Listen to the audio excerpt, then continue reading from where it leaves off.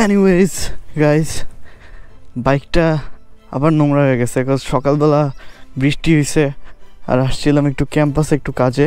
তো আজকে আপনাদের সাথে একটু শেয়ার করি বাইকটার মধ্যে আমি কি মডিফাই করছি অ্যান্ড কত টাকা লাগছে, এই হিসাবটাও আমি দেখাবো। যে ওটা দেখা যাচ্ছে এখান থেকে।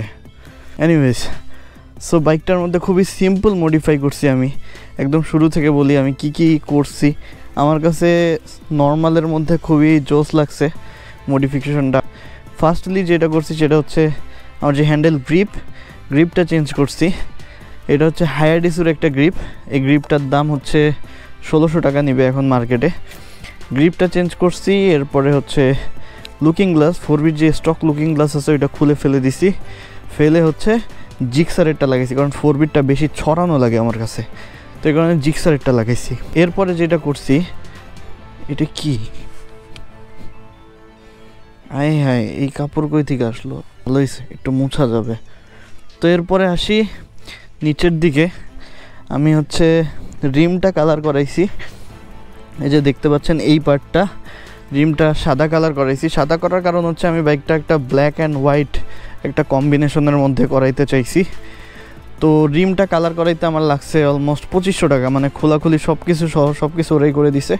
2500 টাকা খরচ হয়েছে রিম কালার করতে। দেন যেটা করছি, এই যে পিছনে একটা টেল টিডি লাগাইছি। এই যে এই টেল টিডিটা, এটা হচ্ছে আপনার এই টেল টিডিটা পড়ছে 450 টাকা, আর লাগাইতে লাগছে 500 টাকা, মোটামুটি 1000 টাকা এখানে খরচ হয়েছে। তারপরে যেটা করছি, এখানকার যেই গার্ডটা ছিল, মাড গার্ড, নাম্বার প্লেট গার্ড যেটা ছিল ওইটা খুলে ফেলে দিছি। তারপর এখানকার সারি গার্ডটা খুলে ফেলে দিছি, কারণ আমার বাইকে কোনো লেডিস উঠে না, সারি গার্ড রেখে লাভ নেই। এরপরে হচ্ছে এই মাড গার্ডটা খুলি নাই, কারণ বৃষ্টির দিনে প্রচুর পরিমাণে কাদো উঠে, তো কাদোর কারণে আর কি এই মাড গার্ডটা খোলা হয়নি, এটা রেখে দিছি। আর দেখতেও আমার কাছে বেশ ভালোই লাগে। বাট আরেকটা মাড গার্ড আছে, ওইটা হচ্ছে নামটা জানি কি ভুলে গেছে, ওইটা লাগাইলে আরও বেশি মাস্কুলার লাগবে। ও আর হচ্ছে সিটটা চেঞ্জ করাইছি। এই যে সিটটা দেখতে পাচ্ছেন, এটা পুরোটা স্প্লিট করানো হয়েছে। এই পার্টটা আলাদা আর এই পার্টটা আলাদা।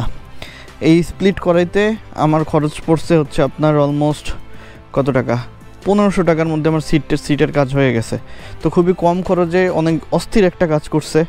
আর সিটটা বেশ নরম আর আরামদায়ক বানিয়ে দিছে, মানে আগের থেকে বসে বেশি মজা পাচ্ছি আমি। বাট এটা এখন বোঝা যাবে এটা বসতে শক্ত হয়ে যায় কিনা, তাড়াতাড়ি এই জিনিসটা খেয়াল রাখতে হবে। কতক্ষণ লাগবে, তাড়াতাড়ি নামো। তো এই হচ্ছে মোটামুটি। আর হচ্ছে কিছু স্টিকার উঠাই ফেলছি। এই যে এখানে যে আরটিআরের স্টিকারটা ছিল, মানে 4বি রেসিং এডিশনের স্টিকার, ওইটা তুলে ফেলছি। তুলে এইখানে 46 বসাইছি। আর হচ্ছে এইখানে একটা যে লম্বা কালো স্টিকার ছিল ওইটাও উঠাই ফেলছি। ওইটার কারণে দেখতে পাচ্ছেন এখানে একটু কেমন লাগতেছে, এটা একটু তেল দিয়ে ঘষা দিলে উঠে যাবে। সেই হচ্ছে মোটামুটি আমার মানে একটা টপ নচ কন্ডিশনের মধ্যে, একটা সিম্পলের মধ্যে গর্জিয়াস মডিফিকেশন দেওয়ার ট্রাই করছি আমি। আর এখন বলি আর কি করানোর ইচ্ছা আছে বাইকের মধ্যে। আসলে অনেক কিছু করানোরই ইচ্ছা আছে। মডিফিকেশন একটা নেশা, আর এই নেশায় পড়ে গেলে পকেটের অবস্থা খুব খারাপ থাকে। আমার অলরেডি অনেকগুলো টাকা খরচ হয়ে গেছে। তো বলতে পারেন ইন টোটাল আমার 10,000-এর কাছাকাছি গেছে সব কিছু মিলায়ে, কি 10,000-এর একটু কমই হবে। আর এখন বেসিক্যালি যেটা করানোর ইচ্ছা আছে বাইকের মধ্যে, আমার একটা মাস্টার সিলিন্ডার লাগানোর ইচ্ছা আছে এইখানে। বাট এই স্টকটাতেই যে মজা পাচ্ছি আমি ব্রেকিংয়ে মাস্টার সিলিন্ডারে, সেই মজা পাবো কি না ভিতরে একটা সন্দেহ কাজ করতেছে। কজ আমাকে অনেকে বলছে যে মাস্টার সিলিন্ডার লাগাইলে নাকি এবিএসের মজাটা পাওয়া যায় না। তো এই কারণে এখন পর্যন্ত আমার ডিসিশন পেন্ডিং, বাট লাগানোর ইচ্ছা আছে। এক্সস্ট চেঞ্জ করবো কি না সেটাও একটু কনফিউশন আমি, কজ এক্সস্ট চেঞ্জ করলে, এক্সস্ট লাগাইলে অনেক সাউন্ড হবে, আর লাউড সাউন্ড আমার অবশ্য পছন্দ না, মানুষকে ডিস্টার্ব করে আমি কোনো কিছু করতে চাই না। এই ছিল মোটামুটি আমার বেসিক মডিফিকেশন। আর হচ্ছে আরেকটা জিনিস, সেটা হচ্ছে এই যে টেইল লাইট। এই জিনিসটা আমার কাছে অনেক সুইট লাগছে।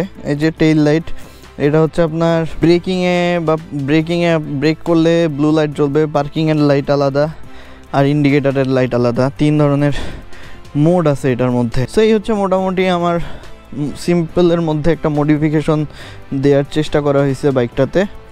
তো আই গেস ভালোই লাগছে, আমার কাছে ভালো লাগছে ভাই। আর জানি না, আমি যেহেতু চালাবো আমার কাছে ভালো লাগলেই হইলো। অনেকে পছন্দ করছে, বিশেষ করে সিটের ব্যাপারটা অনেকেই জিজ্ঞেস করছে রাস্তাঘাটে, যে সিটটা কিভাবে করলেন ভাই? সো সিটটা কোথায় থেকে করাইছি না করাইছি এটা নিয়ে তো আমার ডিটেলস একটা ভিডিও আছেই, ভিডিওটা আপনারা দেখে নেবেন, আমি ভিডিওটা আই বাটনে দিয়ে দিব। আর এখন এই জায়গাটা থেকে আমি বের হব।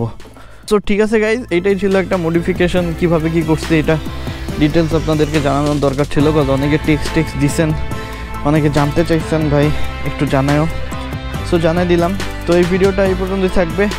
সবাই ভালো থাকবেন, সুস্থ থাকবেন, আমার জন্য দোয়া করবেন। And always remember, injustice anywhere is a threat to justice everywhere. Thank you.